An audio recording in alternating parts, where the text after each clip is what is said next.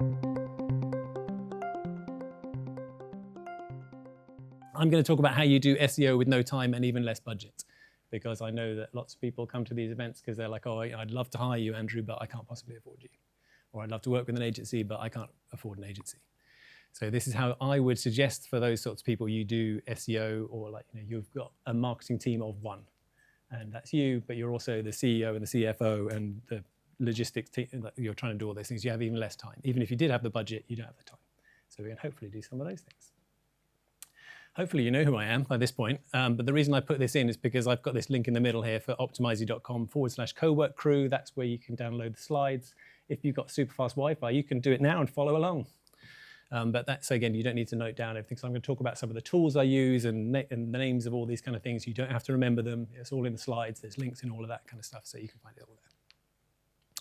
What I'm going to talk about today, the 3 core pillars of SEO, some of the free stuff and the tools that I use, some of the absolute gotchas of the please don't do these kind of things, and then how you know it's working. It's always the big stuff. So the core pillars of SEO are this lovely triangle. So these are the 3 things that largely, if you're doing SEO, it's going to be one of these 3 things. So you need to do better content, good content, nice content, well-researched content, technical stuff on your website because your website is slow or it breaks or it falls down or Google can't find it, and then links. So lots of other people linking to your website saying how great it is. Broadly, SEO falls into one of these 3 categories when you're doing stuff. A very smart chap called Mark Williams Cook, who runs an agency in Norwich called Candor, did this lovely chart. So anybody working or has currently worked on or ever worked on a website with more than 50,000 URLs, pages, big e-commerce websites, you've got loads of products. So I've worked on some of those. Most people for your own website, probably smallish, like maybe 50, 100 pages. You're down this end. So this is how important these things are. If you're massive, like Amazon, technical stuff becomes really way more important, because if your templates are rubbish and every page on your site loads 0.5 of a second slower than it would otherwise, and you've got 8 billion URLs, it's going to make your website super slow. For most of us, we're kind of down here where it's like you've only got a few hundred URLs. The technical stuff is important. Rob, you made it. Well done. For most of us, we're kind of down this sort of end. Your website's smaller, so the technical stuff, I'm not saying it's not important, but it's less important. The stuff that's going to move the needle more for you is the kind of backlinks and having good content. So we have to address the elephant in the room. Anybody want to guess what the elephant in the room is? We're talking about SEO. Isn't SEO, like, no spoilers for your talk, Nikki, but isn't SEO dead? You're getting replaced by all these kind of things. So this is my kind of explainer of what ChatGPT is. Like, when you Google these lovely things and you say, it's basically ChatGPT runs off in the background and does Google searches. It's not quite, but it's broadly this kind of stuff. So when we're talking about all these fancy things around ChatGPT and AIs and stuff, the things that matter for SEO also matter for AIs. Nikki's going to expand on that more later.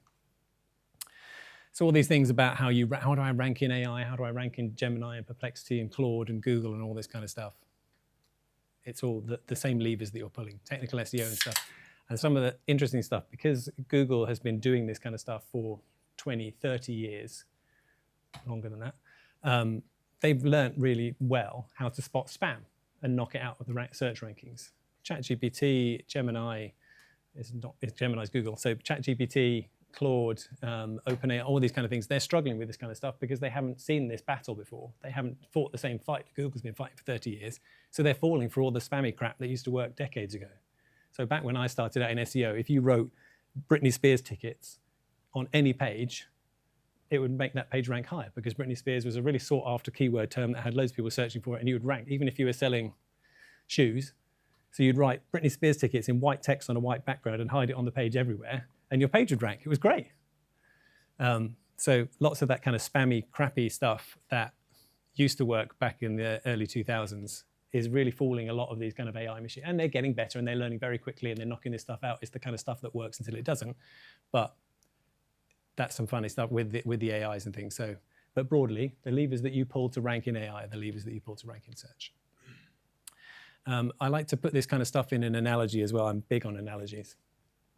So this is to show the scale of the amount of traffic that most websites get from search engines broadly, mostly Google, is the Empire State Building. So this is the kind of graph of like most traffic. So which of these buildings do you think represents the traffic that you get from AI? And the answer is none of them. It's actually Sam Altman-sized person down here standing at the bottom of the Empire State Building. That's the amount of traffic compared to the amount of traffic that some websites get from Google still. So yeah, everybody's very excited about AI and ChatGPT and we've got to be on, why aren't we ranking? And your boss is like knocking on your door going, oh my God, you've got to get us ranking in ChatGPT. And it's like, yeah, sure, it's important and more people are moving that way, but it's still a drop in the ocean compared to Google. So coming back to this big like triangle that we talked about, what do they actually mean? So when search engines are trying to assess your content, they are looking at, is it relevant? So somebody's put a search into a search engine or an AI or a GPT or whatever it is. Does the content on your website match up to what this person's looking for? If they're looking for a coffee shop and you sell tennis shoes, you're not relevant, you're not going to rank. Technical stuff is broadly, does it work?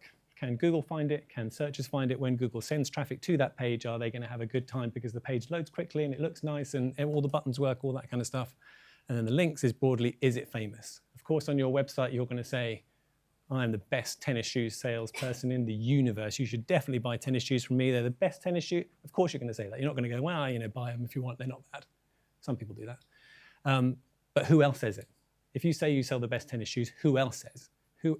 Does Nike link to you and say, good tennis shoes over here? Do all the tennis coaches link to you and say, I get my tennis shoes from this guy? Who else says? Are you famous? Do other people say you're good at what you say you do? So some of the tools I use to help me with this kind of stuff. So we've got some do-dos and don't-dos. So when you're writing content, think about you're doing your content research, you want to answer questions. So what is the question that the person has? What is the problem they're trying to solve? Does your content answer that question? Who says so? Lots of people get a bit shy about this kind of stuff. They publish content under, it's the name of, the company that I work for. I'm going to publish it under Optimisey because I don't want to put my name on it because that's a bit weird and I feel a bit weird about it. But that's not, Google wants to associate authors with content that lends your credibility, right? If you're an expert in your field, if you are the person that knows the most about tennis shoes, build your reputation, like put your name on it. I'm Andrew and I say these tennis shoes are the best. And I know because I've been playing tennis for 20 years and I'm a coach. Like you need to build your credibility so Google can associate, okay, this person talks about tennis shoes a lot. And these other people say that he's good and he knows his stuff. Okay, now we believe we put a bit more credibility in that content. Please don't do stuff like the content you're supposed to do. So I've got a good example of the content that you kind of, when you do research around this stuff, you find, you're supposed to write this sort of content. You're supposed to write, you will have had these kind of emails saying, your website's missing this bit of content. You need to write this bit of content. And please stop worrying about word counts. Still a thing that comes up all the time in SEO. I thought it had died years ago, but I still get people that come back and it's like, my content's not ranking because I haven't written 500 words or 1,000 words or 2,000 words or whatever it is. And there's the SEO answer for everything, right? But it depends. If the page is about what time is it in Toronto, you don't need 500 words about what time it is in Toronto. I just want to know what the flipping time is. I don't need 500 words about the history of time and when GMT was invented and how many miles Toronto. I've got a meeting with somebody in Toronto. I just want to know the time. If you're then explaining something about what are the best tennis shoes for collapsed arches, maybe you need to have a bit more detail about that. Maybe 200 words isn't going to cover it. So, but this idea of you're not going to rank if you don't meet some arbitrary number, not true. So the supposed to content, this is a good one. So actually this is a real life example from a plumber's website in London. They wrote a page on their website explaining what is a tap. Going to leave that with you a little bit because this is an actual quote from the page. Just leave that with you there. Tapping out a rhythm. I think they probably got AI to help them with that, but it's not great. As a plumber, you don't like this whole thing of I'm supposed to, I need to help the search engines understand that I'm a plumber and I'm an expert in taps, so I'm going to write a page. You don't need to do that. You can do much better stuff with your time. You can write stuff about the case studies is a good one. Show me photos of the work you've done. If I'm thinking about I want to get you as a plumber to come and build my new wet room, show me your expertise. What material should I use? Should I have marble? Should I have laminate? Should I have stainless steel? I don't know, show me that kind of expertise. Don't write ubiquitous kind of I need to explain about taps so that Google associates me with taps. Some of the tools that I use to help me do this stuff, most of them are either free or like SE ranking, free with your leaflet so you can get a good go on it.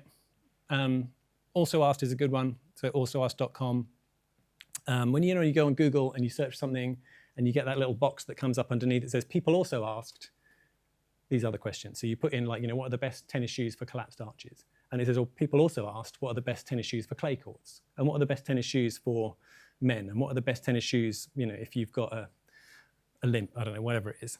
Also Asked does that for you. It goes down all those rabbit holes. So you put in your question and it spins off in the background. It basically goes down all those rabbit holes and finds all the Also Asked questions on Google and brings them all back and puts them in a lovely little chart for you. And you can look at them and go, okay, right, well, does my content answer all those other follow-up questions? Does it answer the next question the customer's going to have? Like, they're thinking about their collapsed arches, but then actually maybe they're going to think about, insoles that they might want. Or they might going to think about like, what are the best tennis shoes for collapsed arches, and you're playing on a clay court, and do they do them in a size 10? The next questions, the next questions, the next questions. So Also Asked is really great for that. SE ranking, SEO tool is a really great tool for that kind of stuff. Again, you can put in certain keywords or queries, and it will specifically bring you back questions and queries in blocks. And it will say, here are all the questions that include the word how, what, why, when, who, where, should, could, all that kind of stuff. So you can get all that kind of stuff in there too. Outscraper is an interesting one. It literally scrapes things. So you point it at things and you can get it to scrape data off the internet. It's free up to the first 500 things that it finds. I use it to point at competitors' reviews. So you point it at their GMB listing for a competitor, go and find all their reviews, find out what your client's competitors do really well, find out what they don't do so well. When do they get 1-star reviews? They get 1-star reviews because the car park was crap, or the delivery service was late, or whatever it is. So you can find all those things in people's reviews, and that's then you can take that back to your client and go, well, if we can ace this, this is our competitive advantage. Useful for that kind of stuff. How do you do the technical stuff well? Use Google Search Console. Who uses Google Search Console? Show of hands. Who's got a familiar, like if you don't know what Google Search Console is, that's okay. No judgment here. If you don't have it set up, please set up Google Search Console. It's free to set up for your website if you own it. It's like Google Analytics. You put a little snippet of code on there to prove that you own it. And then Google will literally give you information from the search results about how often you appear, what things you appear for, any issues it's finding on your website. It's really useful for this kind of technical stuff because it will literally give you a list of all the URLs for your website and say, we're not looking at those ones, we are looking at those ones, these ones we're not sure about. Broadly, it puts them in those kind of buckets. And if it's not indexing your pages, you can look at them and go, oh, why isn't it? Oh my God, it's broken. Super useful. Look at your sitemaps. This is another one I find all the time with clients still doing this kind of stuff. So any website you've got in the world, if you go to optimisey.com and put /sitemap, all one word, .xml, you can see my sitemap. So do that on your own website, do it on your client's websites. You will often find all sorts of stuff in there that you don't want in your sitemap. So the sitemap is only for search engines. Only search engines and nerds like me look at them. It should be only pages go in there that you would want a searcher to find. So where are they starting their journey from a search engine? They've asked a question about that your brand does, and that's the first page they're going to see on your website. If that page is your thank you page, after they filled out your form to submit a query, that's not a good page to start on because they've got to the thank you page, they haven't even done the form yet. Thank you pages should not be in your sitemaps. The test pages that you built when you first started your website and you put them in there and you put blog post 1, 2, 3 and you left it in there and then you forgot to delete it and it's still in your sitemap, shouldn't be in your sitemap, take it out. So have a little look at your sitemap, look at all the things in there. Do you want them in there? Do you want search engines finding them? If you don't, take them out your sitemap. Don't do the free SEO audits. I've got a whole rant on my website about why free SEO audits are crap, if you want to go and read that. But they're generally binary tools. I'm not saying they're completely useless, but they're a binary check. It's like, it will say, has this page got a meta description? Yes. Great, you've passed. It won't say that it's a rubbish meta description because it's lorem ipsum that you left in when you built the website, placeholder content. So it's very binary, so they tend not to work. I wouldn't get obsessed over Core Web Vitals. So another thing that you can see, you will see that in Search Console, but Core Web Vitals is basically the measures that Google uses about, is this page loading fit quickly? Is it nice to use? All that kind of stuff. It is important. If your website's really slow and rubbish, by all means fix it, but it's not a massive deal. It's more of a tiebreaker. If your website is, my website are kind of ranking similarly, they've got similar kind of content and your website loads faster, sure, that might nudge you up a place. But if your content's rubbish, you've got no links and everybody hates you, having a super fast website is not going to be the difference that moves you to the top. Some of the tools I use for this stuff. These basically fall into two big buckets. So if you're super nerdy like me and you love spreadsheets, this is for you on the left. If you just want the quick and easy stuff and you're one of the cool kids, this stuff for you is on the right.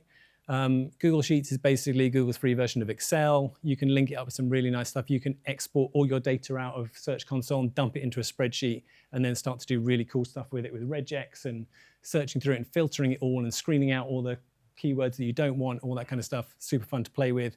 If you just want tools that are going to do that stuff for you, SEO Gets is a tool. You can just Google them and they basically will do some of this similar kind of stuff for you. Advanced GSC Visualizer is a little Chrome plugin. So if you get kind of bamboozled by Search Console, Advanced Search Visualizer kind of Disneyfies it a little bit. It will help like spread out some of the data, make it look a bit more straightforward, slightly less overwhelming. Makes nice little pretty charts if you then need to take that data to show to your boss to convince them to give you more money to do things. And I've left at the bottom there, don't forget about me. Bing Webmaster Tools is the same as Search Console, but as the name would suggest, for Bing. And everybody's like, well, I don't care about Bing because they don't have any traffic, which is true. They are very small still in comparison, but they have got some really cool, interesting, that they are way ahead of Google in terms of exposing the interesting AI stuff. So if you're wondering, like, you know, what's the data about the number of times I show up in Google's AI overviews, Google are a little bit sketchy with that kind of stuff. They give you some of it, but not all of it. Bing Webmaster Tools gives you way more of it. They'll show you what their kind of grounding queries that they're using for their AIs to answer these questions. So if you haven't got Webmaster Tools set up on Bing, please get that set up. It's super cool. Some of the tools I use around this, Screaming Frog, basically acts like a Googlebot crawler, so you can point it at any website you like. It's free for the first 500 URLs.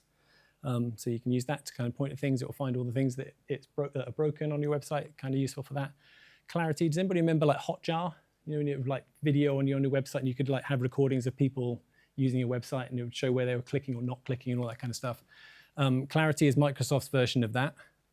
It's free. I don't know why it's free, because like Hotjar is quite expensive comparatively, but you can use MS Clarity. You can install it. It is quite heavy in that it will slow your website down.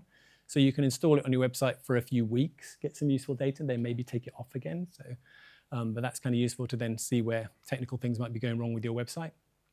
Visual Ping, this is useful if you're working with content teams that don't tell you when they change stuff. So you can put any URL into Visual Ping, and if it changes, you'll get an email. Super useful, because then a page breaks, and you go to the content, you're like, what happened? And I didn't change anything. And Visual Ping says, yes, you did, because it was like this on Tuesday, and then on Wednesday you changed it, and it looks like this. So Visual Ping is super useful for that kind of stuff. And Marketing Syrup is another Chrome plugin. Super useful for when you visit a page, you can just get that sort of information that you need, like page title, meta description, what is the status code, is it 301ing, redirecting, is it 404, like all that kind of stuff. What are the headings that are used on this page? Again, you can use that to point at your competitors, you can point at yourself, you can look at your own website. So it's another little Chrome plugin, it will just pop up in the top corner. And just in front of that little maple leaf, you'll get like an orange 301 when a page is broken or redirecting and stuff, so super useful. Stuff on links, broadly the don't do stuff is don't buy links. You get all these emails saying, hey, I got like a link on my blog, I'll sell it to you for $50 or whatever it is. If you can buy it, it's not worth it. Like, you need editorially strong links that are worthwhile. So the broad brush of don't buy, that's why I put it twice. I still get people that come to me after I bought a load of links and my website traffic tanked. Yeah, can we see a correlation between these two events? The stuff that you do, like, so think about no SEO links. So if SEO didn't exist, would you still want a link on that website? If it's the Guardian or the Times or the Washington Post, you think, yeah, of course, that would be great. I would love to have a link on that website. That's how you should be thinking about links. If it's relevant to your business, it doesn't necessarily have to be the BBC, the Telegraph, the Times, the links we'd all love to have. But if you're a tennis shoe seller and some local blogger who coaches kids is going to write about your brand and link to you, that's cool, that's relevant. Yeah, it's not as big as the Times or the BBC or whatever, but it's relevant, it's topical. Their content is about tennis, your content's about tennis, they're recommending you. Lovely. And another big lever that loads of people still miss out is internal linking. So when you link to your own pages from your own website, how do you do, when you link to your tennis shoes page, your men's tennis shoes page, your tennis shoes for collapsed arches, whatever it is, what are the words you use to link internally to those pages? When you have that blog post about, oh, I went to the Wimbledon Championships recently and I was particularly interested in how, I don't know, Serena Williams' comeback and the shoes she was wearing, and you write a blog, when you write, then link internally to your page that sells tennis shoes. Like, internally send those signals to the search engines that this is a really good page about tennis shoes, you should link to it. That kind of stuff, super important too. Some of the tools that help with this, same ones we've come across before. They're super useful for helping find out all those things about internal linking opportunities. You can send Screaming Frog looking through your website for particular. So every time I mention tennis shoes and I don't link to my tennis shoes page, Screaming Frog will flag it up for you. You can code it up to find it for you. Super useful. Mistakes to avoid. Not owning your own data is a massive one I still see. So if you have Google Analytics on your website and Search Console on your website and all these kind of things, and an agency set it up for you when they built it, and they're like, oh, it's fine, we've got it. You don't need access to it. We'll invite you to have access to it, but we'll control it. You don't need that. Your agency should give you the keys. You should be able to kick your agency out of your data. If you can't, it's the wrong way around.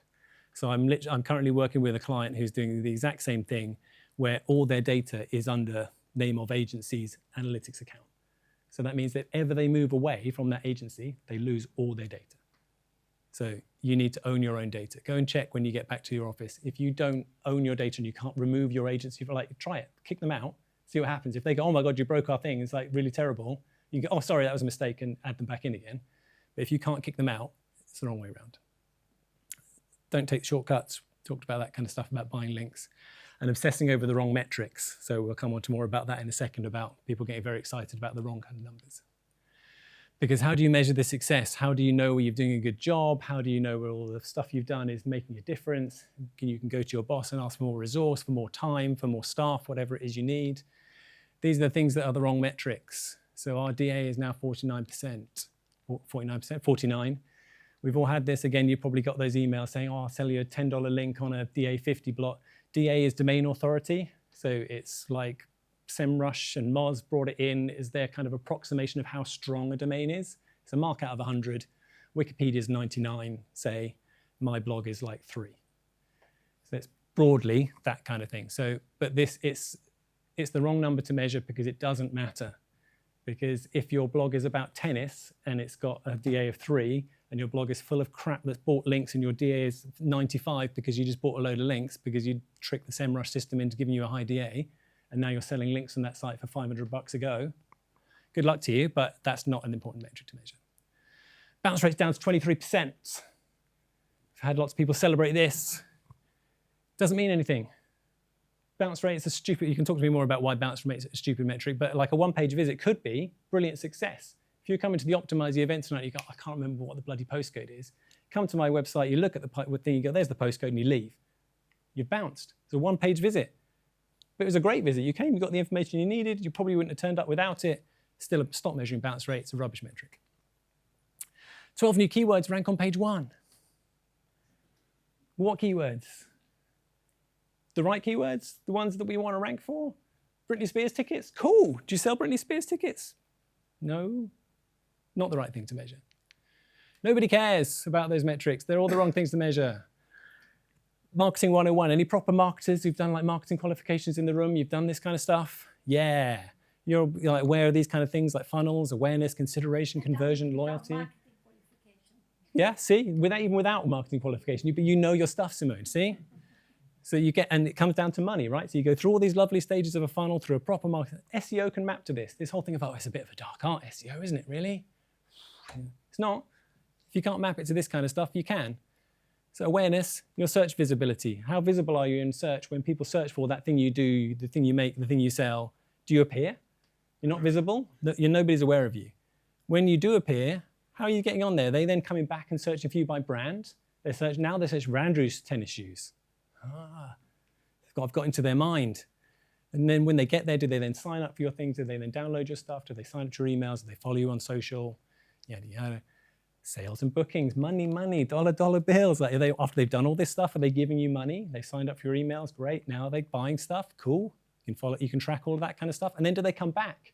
Do they tell their friends about you? Do they tell their friends about the Optimisey event? It's so good. Oh my God, it's brilliant. You should totally go. They're now advocating for you. Loyalty. You can measure all this stuff. Do you feel like you know a bit more about these things? Hopefully. I did this presentation before and I was like, yeah, great, I've done it. Nailed it, that was cool. And then afterwards, everybody was a bit like the monkeys in the, I'm like, yeah, I've done it, off you go, everybody enjoy yourselves, like do the things I've talked about, and we still don't know what to do, Andrew. So I added this bit in at the end. So I've got no idea what to do next. You spoke about some cool stuff. So if you're just starting out, do the bronze level stuff.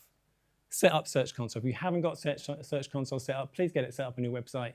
You can Google it. I've got a guide on my website. You don't need mine. Google have got a very capable thing on their website. Get Search Console set up. Leave it to gather data for a couple of weeks. Go back and look at it. See what it tells you. Super interesting. If you want to go to silver level, try one of the tools that I recommended. Some of them are free. Some of them are like free on trials. You can test some things out, poke some stuff, break some stuff, change things around, see how you get on. That will help you move that 10% that I talked about at the beginning. Try one of the tools out. Try one of the plugins. Give it a go. If you want to go up to the gold level, the thing I think you should do next is look at your internal linking. So you've got a massive website and there's opportunities there for you to internally link to your most famous pages, the ones you really want them to. Search Console will tell you that. It will give you a list of the URLs in your website that have the most internal links. When I show that to customers, some of them are pretty horrified because they're like, what? We're internal linking to that page the most? That's not important. We don't make any money on that. And it's like, well, which page do you want to be in there? Like with this page, you only internally link to it twice. Out of 6,000 internal links, you've got 2 to your main money page. So have a look at your internal linking. There's some big opportunities there. So that's what I think you should do next, Find My Pretties. If you want some help with this, so I talked to my kids about it. So back to the kind of youth speak. So my kids call this when I roast your website. So if you want me to professionally roast your website and be really critical of it, you can pay me money and I'll say mean things about your website. Hopefully in a slightly constructive way. But actually, so then, yeah, through this service, pay me 100. If you mention it should have been Crystal, I'll give you a discount because I'm not Crystal. But yeah, I'll professionally roast your website and help point out the things that if it was my website, what I would fix first. Thanks.